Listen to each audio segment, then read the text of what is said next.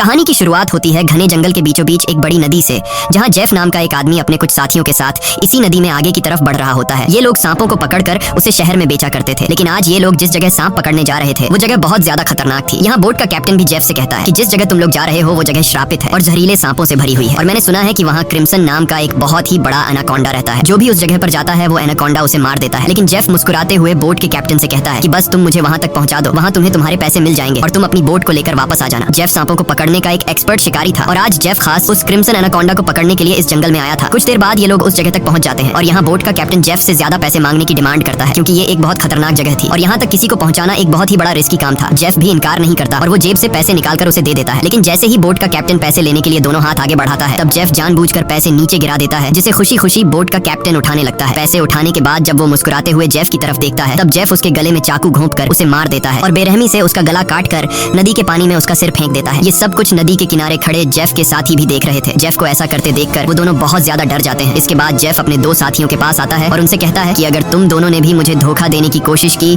तो तुम्हारा भी यही हाल होगा। इसके बाद ये तीनों जंगल में आगे बढ़ते हुए एक जगह पर पहुंचते हैं, जहां उन्हें सांपों की एक बड़ी मूर्ति दिखाई देती है और ये देखते हुए जेफ कहता है तो आखिर क्रिम्सन एनाकोंडा की कहानी सच थी। दूसरी तरफ जेफ के साथियों को बहुत सारे सांप मिल जाते हैं, जिन्हें देखकर वो भी बहुत ज्यादा खुश हो जाते हैं। इसके बाद ये दोनों जल्दी से सभी सांपों को पकड़कर बैग में बंद करने लगते हैं, जबकि जेफ इन छोटे सांपों पर ध्यान नहीं देता और वो इस जंगल के सबसे बड़े सांप, जिसका नाम क्रिम्सन एनाकोंडा है, उसे ढूंढने लगता है। अब इन दो साथियों ने जो सांप कपड़ों के बैग में भर दिए थे, उन सांपों को अकेले एक साथी बोट तक लेकर आता है। वो देखता है कि जेफ ने जिस आदमी का गला काटकर पानी में फेंक दिया था, उसकी सर कटी लाश कुछ दूरी पर पानी में खड़ी है। ये देखकर उसे अपनी आंखों पर यकीन नहीं आया। तभी वो लाश अचानक पानी में डूब गई और तैरते हुए एक बड़ी सी चीज तेजी से उसकी तरफ बढ़ने लगी। वो आदमी डर के मारे तेजी से जंगल की तरफ भागने लगता है, लेकिन तभी बिजली की रफ्तार से एक बहुत ही बड़ा एनाकोंडा उसे जकड़ लेता है। वो एनाकोंडा उस आदमी की बॉडी पर लिपटकर उसकी हड्डियां तोड़ देता है और अपना बड़ा सा मुंह खोलकर उसे खाने लगता है। दूसरी तरफ हम उस आदमी के दूसरे साथी को देखते हैं, जो सांपों से भरे एक बैग को लेकर जंगल में आगे की तरफ बढ़ रहा होता है। तभी वो अचानक एक जगह पर रुककर कुछ ऐसा देख लेता है जिससे वो बहुत ज्यादा डर जाता है। असल में उसने उसी बड़े एनाकोंडा की बॉडी को रेंगते हुए देख लिया था। जैसे ही वो एनाकोंडा एक पेड़ पर चढ़ रहा था, तो उसके पेट को देखकर साफ लग रहा था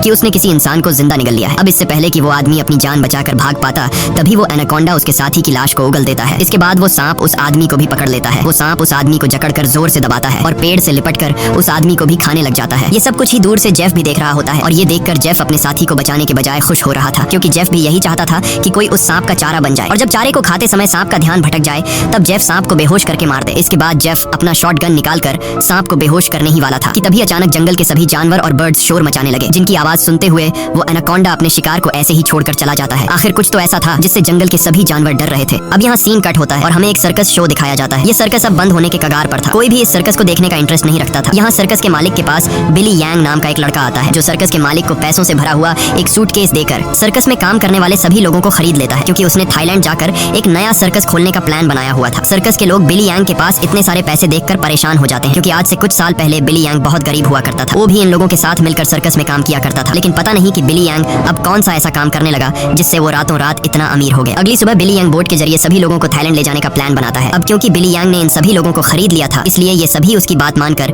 बोट में बैठ जाते हैं और बोट का कैप्टन बोट को चलाने लगता है। रास्ते में बिली यांग बाथरूम में छिपकर किसी को कॉल करता है और कॉल पर वो सामने वाले से कहता है कि डिलीवरी तैयार है, जल्द ही मैं इन लोगों को लेकर तुम्हारे पास पहुंच जाऊंगा। बिली यांग की इन बातों से हमें पता चलता है कि वह बोट पर मौजूद लोगों के साथ कुछ गलत करने वाला है। कुछ दूर आगे जाने के बाद ये लोग देखते हैं कि आगे का रास्ता बंद है, जहां लकड़ी और कई सारे कंटेनर्स रखकर किसी ने रास्ता रोक दिया था। तब बोट का कैप्टन कहता है कि हम दूसरे रास्ते से जा सकते हैं, लेकिन उस रास्ते से जाते हुए हमें थाईलैंड पहुंचने में बहुत टाइम लगेगा। इसलिए बिली यांग को कैप्टन का आइडिया पसंद नहीं आता। वो कैप्टन को धमकी देता है कि जो भी हो हमें वक्त पर थाईलैंड पहुंचना है, क्योंकि वहां हमारा शो है जिसके पैसे मैं एडवांस ले चुका हूं। अगर हमने शो नहीं किया तो हम बर्बाद हो जाएंगे। कैप्टन कहता है कि अगर तुम लोग लंबे रास्ते से नहीं जाना चाहते तो फिर हमारे पास यही एक रास्ता है। वह कहता है कि हम इन सारी चीजों को बॉम्ब से उड़ा देंगे और अपना रास्ता बनाकर यहाँ से निकल जाएंगे। बिली यांग को कैप्टन की बात ठीक लगती है और वो इसके लिए तैयार हो जाता है, लेकिन उन्हें पता नहीं था कि ये लोग कितनी बड़ी गलती करने जा रहे हैं। इसके बाद ये लोग कंटेनर्स के पास बॉम्ब रखते हैं और फिर उन्हें रिमोट से उड़ा देते हैं। ऐसा करने से उनका रास्ता तो साफ हो गया, लेकिन धमाके की वजह से ढेर सारे सांप उनके बोट पर गिर जाते हैं, क्योंकि उन सभी कंटेनर्स में सांप भरे थे। डर के मारे ये लोग यहाँ वहाँ भागने लगते हैं। अब पूरी बोट बोट सांपों से भर चुकी थी और ये सांप बोट पर मौजूद लोगों को डसने लगते हैं। यहाँ लेनी नाम की एक लड़की समझदारी से काम लेते हुए पाइप के जरिए प्रेशर से पानी खोल देती है और अपने आसपास जितने भी सांप होते हैं सबको बोट से नीचे पानी में गिरा देती है। बिली यांग डर के मारे बोट के बाथरूम में छिप जाता है, लेकिन तभी अचानक बाथरूम की छत टूट जाती है और बहुत सारे सांप बिली यांग के ऊपर गिर जाते हैं। उनसे बचने के लिए वह नदी में कूद जाता है और तैरते हुए किनारे तक पहुंचता है, लेकिन वहां पर भी एक किंग कोबरा उसके सामने आ जाता है। अब इससे पहले कि वो किंग कोबरा बिली को काट पाता, तभी कोई आदमी सांप पर पैर रखकर उसे कुचल देता है और बिली यांग की जान बचा लेता है। यह इंसान कोई और नहीं बल्कि जेफ था। अब जेफ ने बिली की जान बचाई थी।